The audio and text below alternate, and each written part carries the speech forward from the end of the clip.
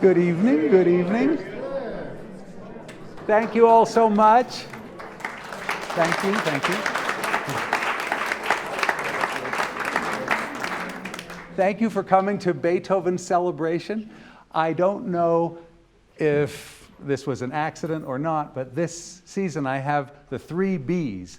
We have Beethoven tonight and Bach next month and Brahms in May. So obviously with all of these composers, it's impossible to give you a full overview, and all I'm going to try to do is try to delve into what really made these great composers tick, and then with each of these 3 Bs, notes on music, there'll be a performance of a full work. So later on this evening, David Felberg and I will play a complete Beethoven piano and violin sonata. So I know it's frustrating to hear me play little 5-second bits of this and that, but if you're patient with that, at the end you'll get a full piece.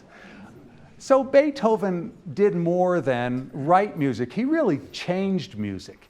I think that there aren't a whole lot of composers you could say that about, but with Beethoven, the confluence of when he lived and who he was and the way that the world was already changing at that time allowed for this to be possible. You might say that there are some people who have great talent or great genius, but they're put down at the wrong time in history so that it can't flourish quite as much as it did. But in the case of Beethoven, this extraordinary young prodigy who was giving public concerts at 7 and publishing his first piece when he was 11, had a personality that gravitated toward what could the individual achieve. And Beethoven grew up in a household where he really had to be a strong individual. His father was a raging alcoholic and very abusive of all the children and of Beethoven's mother. So Beethoven quickly developed a very strong character. He would be awakened at 5 years old, in the middle of the night by his father saying, "You have to practice and you have to do it now," because his teacher, we understand, was an insomniac. So he would come over to give Beethoven piano lessons in the middle of the night. And if Beethoven didn't reach the high standards his father expected when he was 5 years old, he would be physically punished. And so little Beethoven was a mess. His whole family was a mess. But somehow he had this overriding belief, which carried with him through his 56-year life, that he had something that needed to be said. It needed to be told. Now, Beethoven was one of the most famously irascible, unpleasant people in many ways. He didn't get along with his neighbors. He couldn't ever sustain a relationship. He found ways to disagree with every one of his friends, so that a friendship with Beethoven was always a sort of, you wouldn't even say it was a mixed blessing. It was just a problem. But nevertheless, what shone through again and again is that Beethoven really had a very kind heart and a disposition that was what I suppose we would call now was bipolar, that Beethoven went through bouts of terrible depression, and then he would have manic fits when he could compose and take these long walks through Bonn and then later through Vienna, where all the musical ideas would come to him, and then he would sit down and write down as many of them as he could. Beethoven was born in 1770. Bonn, where he was born, was just a town. It was the seat of the Elector of Cologne, Köln, the much larger city to the north. But Bonn, even for a small town, had an active musical life. It had an opera house with anywhere from 11 to 16 different operas performed there every year. And little Beethoven heard these operas. Yeah, it's amazing, isn't it? Because, we don't think of a town, we don't think of Las Cruces as being a town that would have, not to pick on Las Cruces, but I'm just saying, a small town doesn't have that kind of musical life. But in the late 1700s in Germany, this was just the way it was done. That was the way a little town established its cultural life. And so the music that he heard, of course, was by many composers whose names are forgotten today, but he also heard music by Mozart and so forth, and he was profoundly affected by this. I know you've all heard of music divided up into Baroque and classical and romantic, but just to clarify a possible misconception, classical music can mean two things. It can mean the music of the last 1,000 or so years, or it could refer to a very specific period, which was less than 100 years long, of music that followed the Baroque. Say Bach died in 1750 and Handel followed not long thereafter. In 1732, Haydn was born. Haydn, as a mature teenager, say 18, pretty much invented the symphony and the string quartet and what we think of as chamber music. And in his spare time, he created all these forms. But for better or for worse, Haydn was eclipsed to our modern ears by two composers, Mozart and Beethoven, whose music is performed much more than the music of Joseph Haydn. Now, Mozart and Beethoven both revered Haydn and thought that he created all the forms that they excelled in. But as you know, if you go to a symphony concert, 9 times out of 10, you're more likely to hear Mozart or Beethoven than Haydn. But Mozart and Beethoven can't really be lumped together either.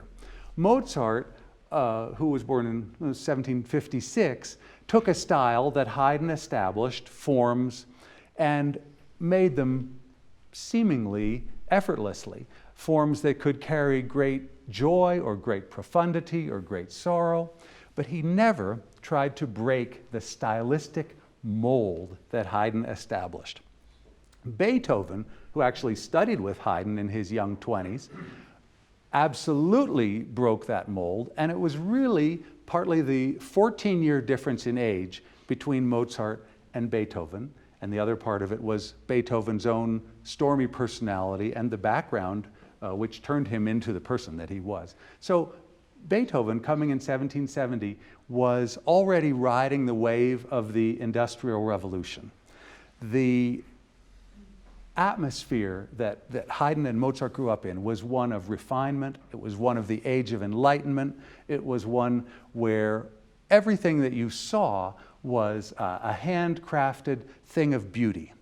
Now, Beethoven is growing up in an age where suddenly, starting in Britain but moving over to the European continent, the great possibilities of metal and huge structures and a life that can move faster and be industrialized begin to influence the way that everybody thinks. Well, for example, the piano. Mozart and Haydn could only play harpsichords when they were growing up, and the pianos that they played, especially in their formative years, were very tinny compared to what we think of. Now, I'm sure Beethoven's first pianos would sound tinny to us too, but to Beethoven and his contemporaries, a whole new world was being opened up thanks to technology that allowed a piano to have a sonority that extended far beyond the old pianos that were essentially harpsichords with strings and hammers. The first time that Beethoven heard Mozart play, he said, "Oh, he's a great pianist, but his playing is very choppy." Now, why would Mozart's playing have been choppy? Well, he had learned to become a great virtuoso on an instrument that had no sustaining power. So creating long phrasing wasn't something that was a possibility for Bach as a great harpsichordist or Mozart playing very early pianos. Therefore, the nature of the instrument actually affected the music that was created for it. Beethoven, as I said, even as a young man, was a very fine pianist. His father always lied about his age, said he was a few years younger than he was, and tried to say that he had this 6-year-old prodigy when he had an 8-year-old prodigy. But in any case, Beethoven was an extraordinary pianist, not just playing the music of others, but also improvising. It was a favorite trick of Beethoven's to take a second violin part and just play it on the piano and then improvise around it marvelous slow and fast things that had the exact same second violin part. That was just one of his party tricks. So Beethoven immediately wanted to compose and wanted to imitate Mozart. That was the highest model available to him. He went to Vienna hoping to study with Mozart. He arrived in Vienna. That was an 8-day carriage journey away from Bonn. Arrived there when he was 16, and shortly after his arrival got letters from his father that his mother was dying. He may or may not have even made contact with Mozart, nobody knows. But in any case, within a few weeks, he was headed back to Bonn. And he stayed there for several years, taking care of his younger brothers because his father's alcoholism had worsened. And so Beethoven took a 4-year hiatus from composition or study to take care of his family. He tried to have an injunction against his father so that his father couldn't come to the house and that Beethoven would collect the income that his father should have been collecting to take care of the brothers. By the way, there were 7 Beethoven children, but only 3 survived infancy, which was fairly ordinary at that time. So Beethoven and his 2 younger brothers, Karl and Johann, had this difficult relationship. And finally, Joseph Haydn was passing through Bonn on his way to London in 1790. And somehow one of Beethoven's friends arranged for him to meet with Haydn. Well, this changed everything. And when Haydn came back from London in 1792, he invited Beethoven to go to Vienna to study with him, and Beethoven accepted this. So now, Beethoven, at 21 years old, is in Vienna, the musical capital of Europe, and beginning to make a name for himself as a pianist. But he wants to make a name for himself as a composer. So, immediately, he tries to use not only the musical language that he's learned from Haydn and from Mozart, but the emotional language, 1, that he feels himself, 2, that is becoming current in Europe, 3, that is following the Romantic tradition in writing, because literature usually precedes music in the trends that come across to the world, and 4, he suddenly has pianos that can handle the greater strength of sound that he wants to use in his musical expression. Just to give you an example of this aesthetic difference, Mozart said in a letter to his father, writing about the abduction from the Seraglio when he was composing it, even in a horrific situation, it is important that the music should never lose control and be anything but pleasing to the listener.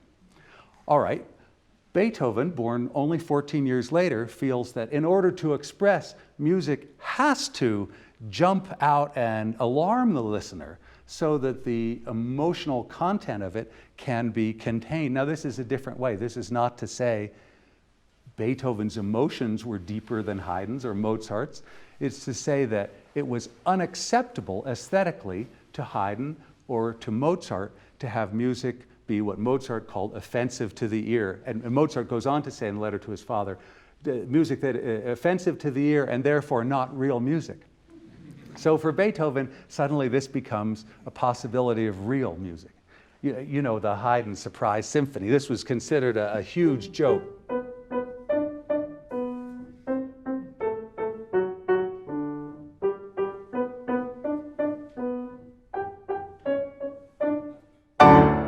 And Haydn did that once in his career because he knew it was ugly by his aesthetic sense. Beethoven did it 10 times in every movement he ever wrote. And it had become the acceptable norm. So we have in Beethoven a vast range of dynamic change that becomes part of his musical style, part of his expression.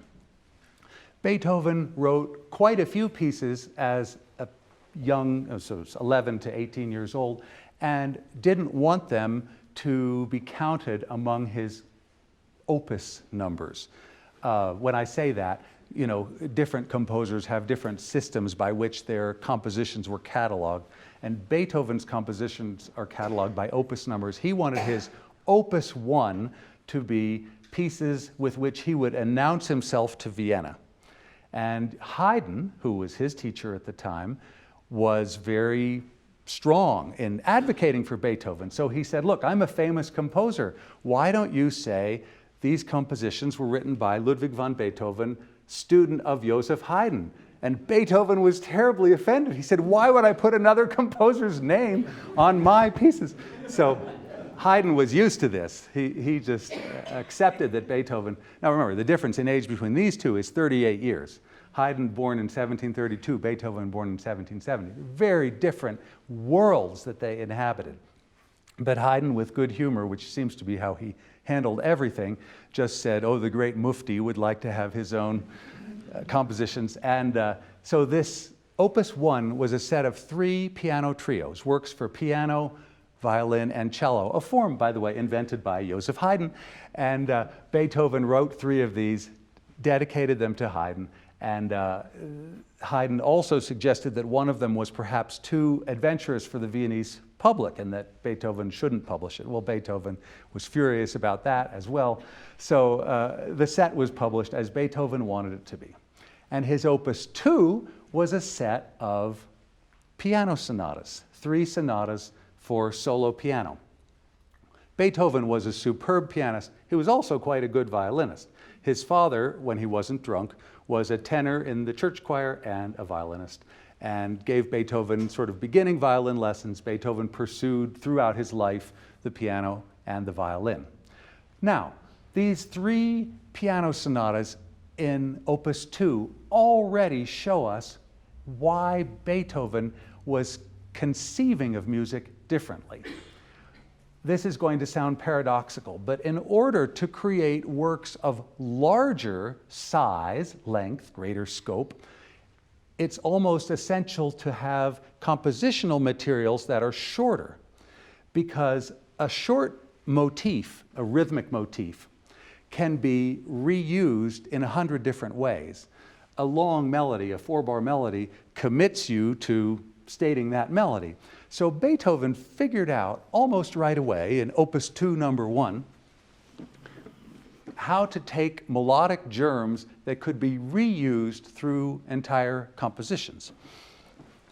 Mozart's G minor symphony has 4 movements, and the 4th movement, which Beethoven loved, starts. His first piano sonata that he published starts. Well, at least it's in a different key, right? So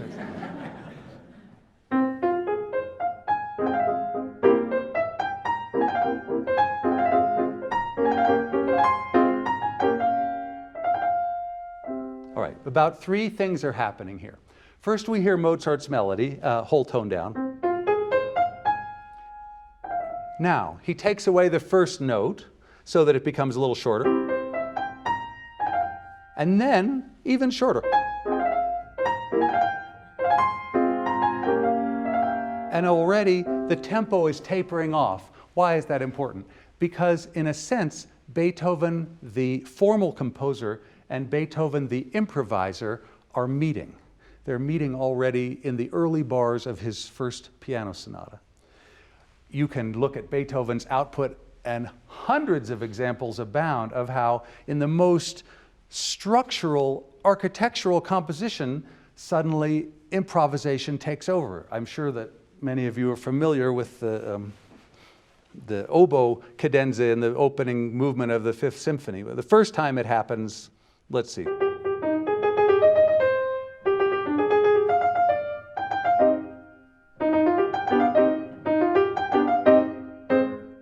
That's just first violins. The second time it happens, and one oboist hangs on, plays.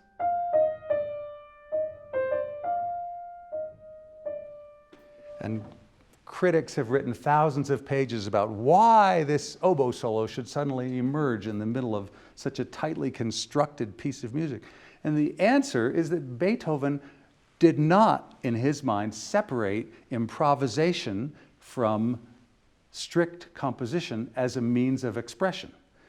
Beethoven was primarily focused on expression. That he had developed a very efficient and classically correct way of writing architecturally great music is true, but the final goal for him was not the architecture, it was what he wanted to express in a language that was new to European music. So these piano sonatas are not all mining the same emotional well. It's interesting because When we think of the Fifth Symphony and the things that happened in the middle of Beethoven's life, it's easy to think of Beethoven writing defiant and heroic music. But in fact, Beethoven's output is full of tender music, of music that idolizes the beauty of nature. Really, he covers as great an emotional gamut as any composer. And he does so right away in these early piano sonatas. At the same time, he consistently uses the compositional technique of tiny bursts of melodic germs. The second piano sonata begins. Now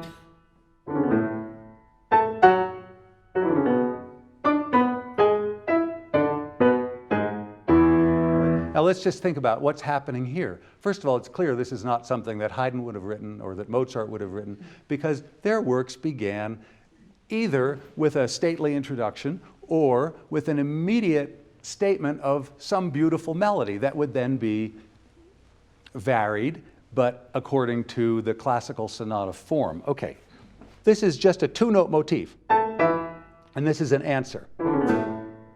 Now, another key. Now Beethoven takes the first motif and extends it, and that's the last we hear of it for a little while. But it's going to come back, of course. And because it's so short, it can take us to any remote key. I guess we have to talk about keys for a moment. In the time of Bach, the idea of having an instrument, a keyboard instrument, tuned so that all the possible 12 major keys and 12 minor keys could be played and be in tune was still a new idea. The key of C major was the most in tune, and the further afield you went, adding sharps or flats, the more out of tune the keys became. Now, composers didn't see that as a disadvantage. They simply associated the idiosyncratic out of tunenesses of different keys with different emotions. But when Bach wrote the well-tempered clavier, it didn't mean that the keyboard instrument was in a good mood. It meant that it was tuned so that all keys were equally playable. And that moment in history was the foundation for what allowed classical, with a capital C, that 75-year period of music, to be possible. Because once keys can be used so that we can shift from, say, C major to E major to, remote A flat major, then the kind of trickery that Beethoven uses in his writing becomes possible. Before that, it's impossible. So in Beethoven, keys certainly have emotional meanings to him. C major is an intellectually strong key. A major is a joyful key. Beethoven's favorite key of all, C minor, does almost always come with works of defiance and power. B flat major is very soft, a loving a key that associates with the beauty of nature. But for Beethoven, he could slide from one of these keys into another without having instruments unable to tune with each other the way it would have been only 50 years before. Okay, so the third of these three sonatas in Opus 2 is the most extensive. And again, we'll see Beethoven using small germs and creating something bigger. That's the whole basis for the first movement. All that is the same germ in the dominant key. Now, he'll take the rhythmic bum, ba-da-ba-da-bum, and use it more repeatedly so that what started out as can now be expanded.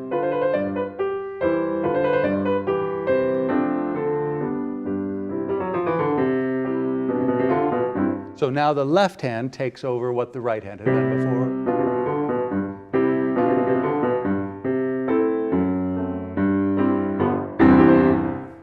Beethoven still used the classical sonata form in which, in a movement, there are two themes of opposing emotions.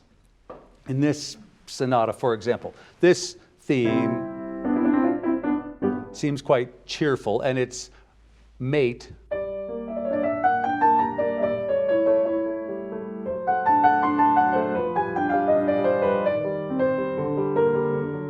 has a more sad, somehow longing feeling. So it's a typical classical idea in the first movement to have two melodies which, both through their harmonic expression and through the way the high points are reached, has a different emotional feeling. And then ultimately the two are resolved. That's an ideal of the Age of Enlightenment.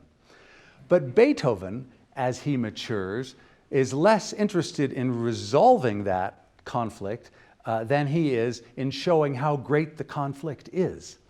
And in the later works, Beethoven piano sonatas, for example, he throws away feeling that he needs to have the rules of the classical form when he would rather just have an outburst. I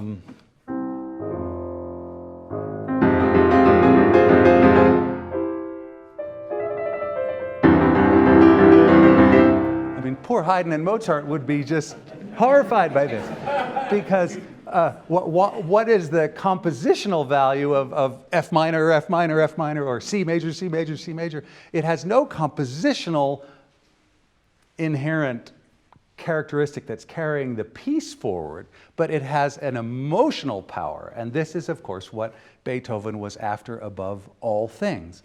So in so many of these pieces, as we watch him develop, the idea of extreme dynamics plays out.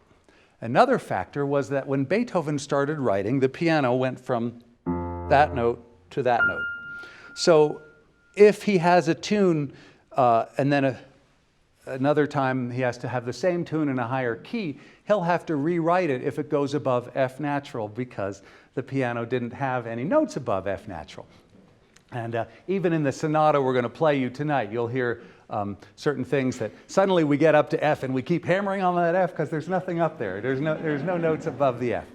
But by the time of the third piano concerto, you can feel Beethoven just rejoicing that the piano has added another fifth on top, because he goes like saying, see, I can do that now. And every time the piano expanded, immediately Beethoven's piano compositions reflected the greater range of the piano. So it was a dynamic range, a range simply of pitch, and of all the possibilities. Now, another thing that happened was the sustaining pedal began to actually do something, and the pedal on the left, which slides if you were looking inside a piano, you would see that the hammers that hit the strings move over a little bit to the right when you depress the pedal on the left. And what that does is it means the hammer hits fewer strings and makes a different sound. In Beethoven's day, when you push that pedal down, what people now call the soft pedal, but it's really not a soft pedal, it made a creepy effect in a good way, so that only one string was being touched by the hammers, and it was called una corda, one string. So if you push down that left pedal, you get the effect of just like a harp, one string being touched by the pedal. And a famous Beethoven piano moment when he asks for una corda is...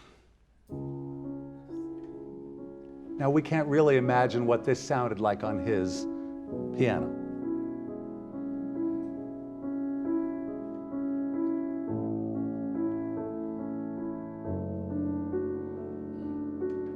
The whole movement to be played this una corda.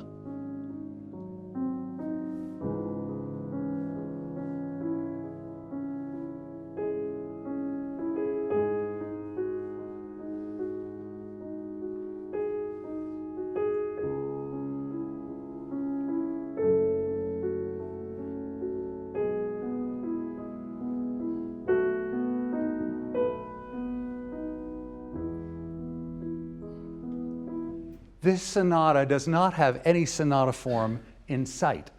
So Beethoven calls it sonata quasi una fantasia, almost a fantasy. This means that he admits to the public that he is not trying to write a classical sonata. He is essentially improvising, and these fantasias were a very popular and beloved form of piano composition at the time, and Beethoven was a master of them. Now, this particular one is dedicated to Giulietta Guicciardi, whom we assume was one of the many women Beethoven was in love with, but Beethoven was hopelessly unsuccessful in love. When he was able to connect with a woman, usually he would propose marriage and the family would say, he's a musician and has no money and no possibilities. And you know, the royalties on the Ninth Symphony had not started to come in. So Beethoven never, not only never married, he never had a steady relationship with a woman. Throughout his life, there are women, usually they were piano students, younger piano students, and it's clear that he has a love for them or something, but it never goes anywhere. There are letters from other women to Beethoven that basically say, I can offer you my friendship, I hold you in high esteem, and there are accounts that these women, you know, say to their niece or whomever reports, you know, he's crazy and he's ugly, and why would I even consider this for 1 second? So Beethoven was not fortunate in that way, but it was also clear to him that marriage or a really deep involvement with a woman would not allow him to do what he wanted to do. So there's a very curious letter that he leaves behind that he never sent to anybody, called To the Immortal Beloved. And he doesn't address it to a person by name. It's just to the unsterbliche Geliebte. And he writes how he cannot give himself fully, even though he's expressing a love which is, in his mind, greater than what any normal mortal can offer. So Beethoven has both a very grand sense of himself and an awareness that he's accomplishing through his artistic work something extraordinary, and an awareness that he is probably not going to have a happy life the way many of us manage to do. So Beethoven wrote a cycle of songs called An die ferne Geliebte, to the distant beloved. The beloved for Beethoven is always distant. You know, it's an idea, it's not something that he realized. Beethoven was successful in Vienna. These first piano works brought him fame, they brought him commissions. He was able to connect with members of the European aristocracy, Count Lichnowsky, Lobkowitz, most notably Archduke Rudolph, who funded half of Beethoven's career. So Beethoven really was the first freelance composer, where Haydn just worked for Count Esterhazy and Mozart worked for the court. Beethoven would write pieces on spec and then find these princes or counts or whatever who were willing to subsidize him, and they would get their name on the dedication. And the piece we're going to play you later, this Beethoven Violin Sonata, is dedicated to Alexander I of Russia. And Alexander I embodied everything that Beethoven believed in. He realized that the reigning czar was a tyrant, a despot, so he had him assassinated. Happened to be his father, but that didn't stand in his way. So Alexander I to Beethoven was a great hero. And Beethoven wrote these 3 violin sonatas for him, and Alexander I gave him a diamond. And Beethoven said, you know, I would compose more if you were interested. I guess Alexander I thought that was enough. He'd given away enough diamonds and received enough violin sonatas. But Beethoven was always successful in connecting with these patrons. And the patrons were content that to have a work dedicated to them by Ludwig van Beethoven was worth everything that they put into it. Now, some of them went further. Archduke Rudolph actually took piano lessons with Beethoven and composed himself. And Beethoven was always very encouraging of Archduke Rudolph's efforts. I think, though, that many of us know the stories of Beethoven. You know, if you're in Vienna, you see about 25 houses where it says Beethoven lived here for 3 months. And he was always aggravating his landlords and landladies and making noise in the middle of the night, you know, playing the piano. And as his hearing started to go, he had to play the piano louder and louder to hear what was happening.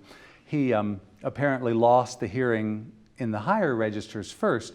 So if he was testing something out, you know, he would just be playing down. And apparently he said to his friends, "Isn't that beautiful?" Because by the late 1790s, he could tell that his hearing was going. Now, obviously, for a professional musician, this is a tragedy. You know, it's not like Goya, who was deaf but was painting. If Goya had gone blind, that would be equivalent to Beethoven going deaf. So Beethoven somehow managed to maintain the will to continue to write in spite of this hearing loss and constant ringing in his ears. And that's why I said early on that Beethoven's will figures into his life and his life's work in a way beyond what it would do in the case of many composers.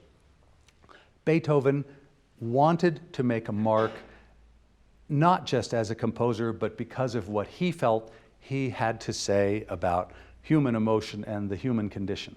And he wrote to his brothers. Now, for some bizarre reason, he never sent them this letter. He kept this letter, and it was found after his death, along with the letter to the immortal beloved.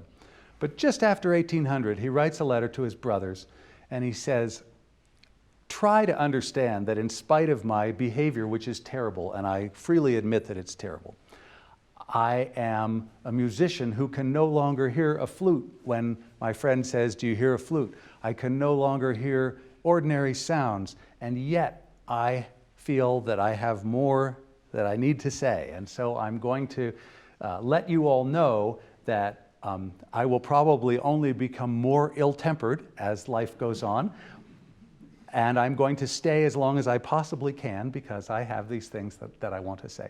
Now, even this declaration of art as something that one has to say is fairly new. I would say it belongs to the 19th century and that Beethoven ushered it in. Mozart certainly said everything he could say, and so did Bach, and so did Handel, but none of them ever made statements about how they wanted to remain on earth because they had a commitment to their art and they had a declaration still incomplete, which had to be completed before they could leave earth. But Beethoven did, and he sort of created a model, he created an image, an archetype of what an artist would be in the 19th century, and others followed him. And of course, you know, Schubert and Wagner and so many of the famous composers that came after him held him in great reverence. So this letter was discovered after his death, and in it he asks his brothers for understanding. But the fact that he never sent it indicates to me that Beethoven knew he would achieve a level of fame so that his papers would be discovered and read not just by his brothers, who might not have kept it, but be read by the world, which is exactly what happened.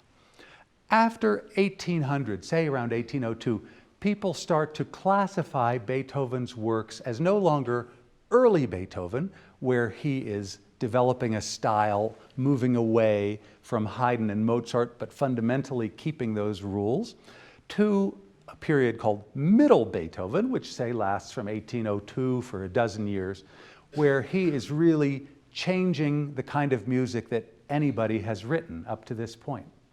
It's not that it becomes more complex. If anything, it becomes more direct and more simple, more straightforward.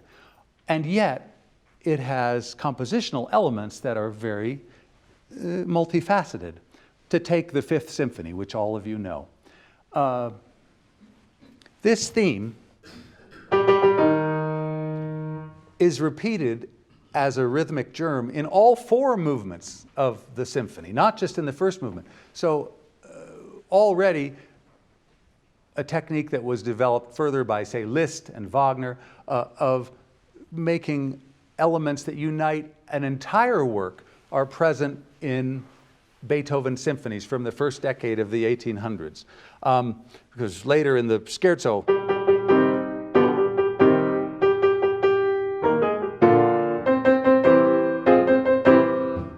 we have evidence that Beethoven wants to make an entire work organic. Now, these pieces are 40 minutes long. A symphony by Haydn might be 20 minutes long, by Mozart maybe 25 minutes long. When Beethoven wrote the Eroica Symphony in the very early 1800s, it was nearly an hour long. Now, music isn't better because it's longer or shorter, of course. What's interesting about the Eroica Symphony is that he developed compositional means to logically expand a work of music, so that instead of just repeating itself, everything was somehow a development of the material that had come before. And once again, keeping the material simple meant that it was easier to find these little kernels of musical information to develop. I told you that the piano sonata, Opus 2, number 1, used that theme from Mozart's G minor symphony. The scherzo of the Fifth Symphony starts, and you remember Mozart's symphony? No, we just go down.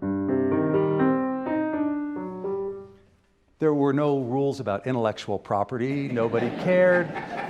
And obviously the Fifth Symphony is very different from the G minor symphony. But these sort of quintessential musical moments in Beethoven's life came back to him, and he repeated them at moments of emotional high tension. There's an opera by Mozart called Bastien and Bastien that's got a little piece. And you think the Eroica Symphony, but that's where it stops being the same. Because Beethoven goes there, and then you know you're not in Mozart anymore, right? So all of the ideas that were conceived by Haydn and Mozart formed the foundation of Beethoven's musical language, but then he took the harmonic differences, the dynamic extremes, and the pitch extremes afforded by the instruments, and the fact that orchestras were getting bigger and able to do more and more things, and created a whole new musical world out of that. The orchestra from Mozart, say, had occasional optional clarinets. By the time we come to Beethoven, double flutes, double oboes, double clarinets, double bassoons are taken for granted, double horns, double trumpets, maybe 3 trombones, maybe a contrabassoon. So the range extends, and with it, the emotional capacity to express. Beethoven was not inherently a man of the theater. Mozart had written 20 operas, and when Beethoven was in Vienna, opera was everywhere. So he decided it was important for him to write an opera. It's hardly surprising, given his emphasis on personal freedom and the power of the individual, that he would choose a story that had those themes at its center. He chose a French play. It became his opera, Fidelio. The central character of Fidelio is a woman named Leonora. Her husband is a political prisoner.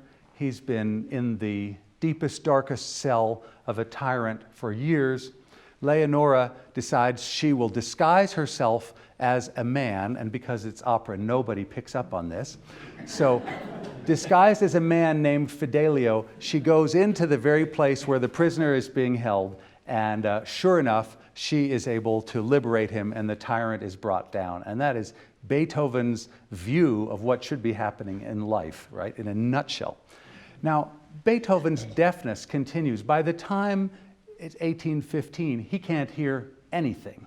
He's still able to give some kinds of performances because he can see, and he's a master of the piano, but nobody really wants him to conduct anymore because he can't hear what's going on.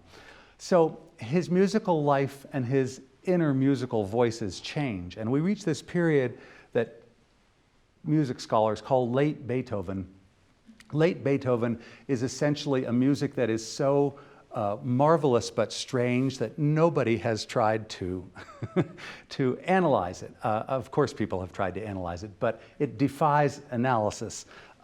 If you imagine a composer at the level of skill where they don't need to hear something to write it down, at the same time, if they're cut off from all sounds of the exterior world, they're going to have very different feelings, and the kind of pieces that Beethoven wrote at this time become more mystical.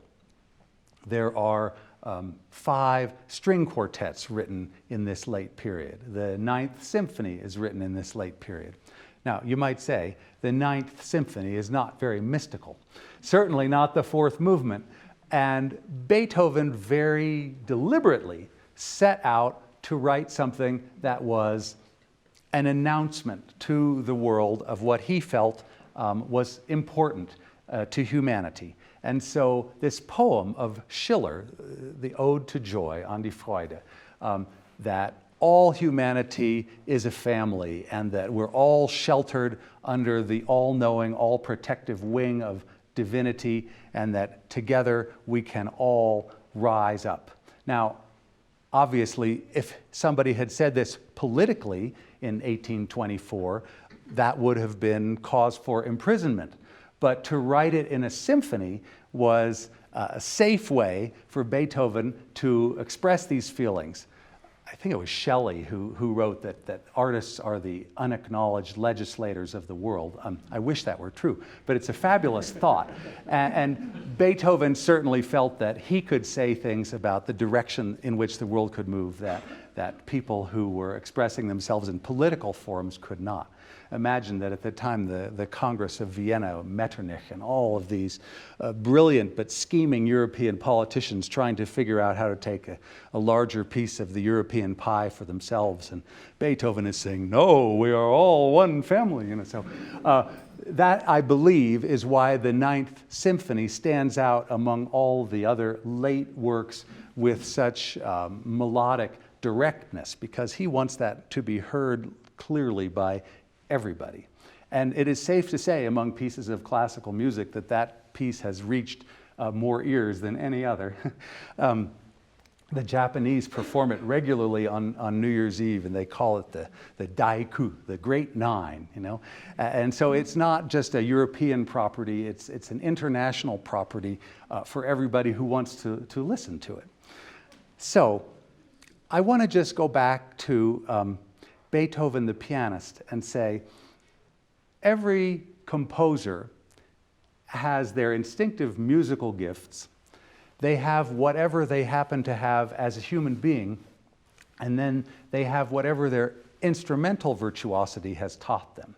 And these 3 things come into play in unequal amounts depending. You know, Franz Liszt obviously was one of the greatest pianists who ever lived. Chopin was one of the greatest pianists who ever lived. So their work is piano dominant. It's expressive, but it's really about what can the piano do. And those 2 composers do very different things with the piano. Beethoven, although he was a great pianist, really became orchestra dominant. And through his 9 symphonies, we see an evolution of what the orchestra can do that was clearly really important to him. When you think that the first symphony, which was first heard in 1800, starts with a dominant 7th chord, that was a way to bring in the 19th century to say, all right, everybody, the 1700s are over, and now we're going to have a symphony that begins like this. And then another dominant.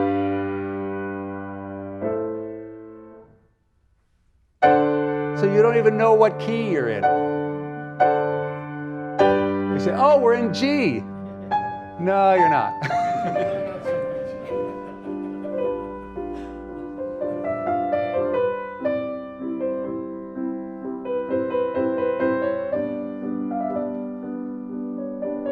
And Beethoven loves to play this game where he'll have a melody that is almost as though he's trying to think of a tune. He doesn't bring us to the main event until he feels good and like it, and he delays it on purpose. The finale of that same first symphony starts with the violins playing.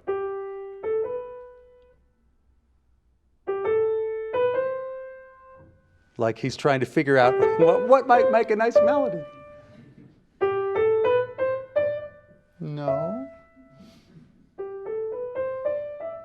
And then finally, oh yeah.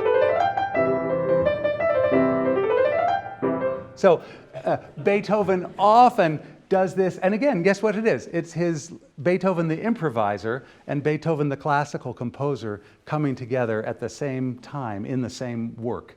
And this is one of the things that gives his compositions that special Beethoven stamp. I always lose sense of time when I'm doing this. Could somebody tell me where we are right now? All right, so here's what we're going to do. We're going to take a 15 or 20 minute break and come back, and then you'll hear a fantastic violin and piano sonata, and then we can talk more about Beethoven if you want to, all right? So let's take a break. Thank you.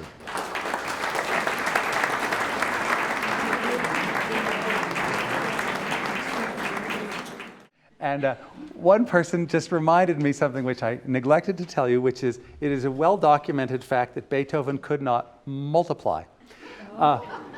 And scholars, when they edited his works, had to change the 64th notes into 128th notes or 32nd notes because he really couldn't quite figure out exactly, and some of those complicated things. But I think, there are many extraordinarily intelligent and amazing people who have no time in their life for numbers, and Beethoven was one of them. And so if you're one of them, you can feel comforted. You're in great company. And another person brought up something about Franz Liszt. I want to tell you that Liszt, when he was 11 years old, so 1822, Beethoven, deaf as a stone, went to somebody and said, please, please, please let me play for Beethoven. I play all of his pieces. And in this case, it's true, he did. The introduction was finally made after Beethoven said, I'm sick of child prodigies. I have no interest in them. And apparently Liszt went and said, oh, I'd like to play a little piece by Ferdinand Ries. This was sort of a little nothing. So he played that, and Beethoven said, oh yeah, this is quite good. And he said, do you play any Bach? And Liszt played the fugue from the Well-Tempered. And Beethoven said, well, let's see, transpose it into E minor, which Liszt, of course, did immediately. And so Beethoven said, well, this is actually quite good. And at this point, Liszt, who was waiting for this all along, said, now can I play you something really good? And he goes,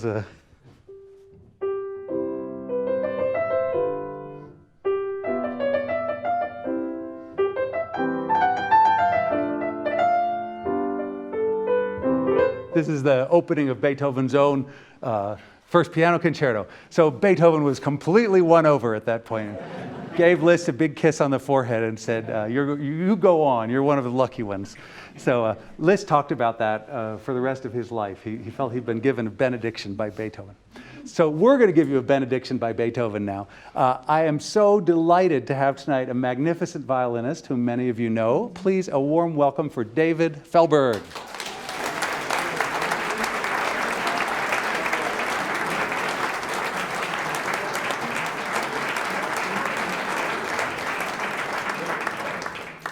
This piece is in 4 movements, a fast movement, a slow movement, a little scherzo, and a finale. Remember I told you it was dedicated to Tsar Alexander I. There's a lot of war and cannons and dramatic moments in this piece. We really don't care where you applaud. If you like it, you just applaud and we'll be happy. But make sure you applaud at the end as well.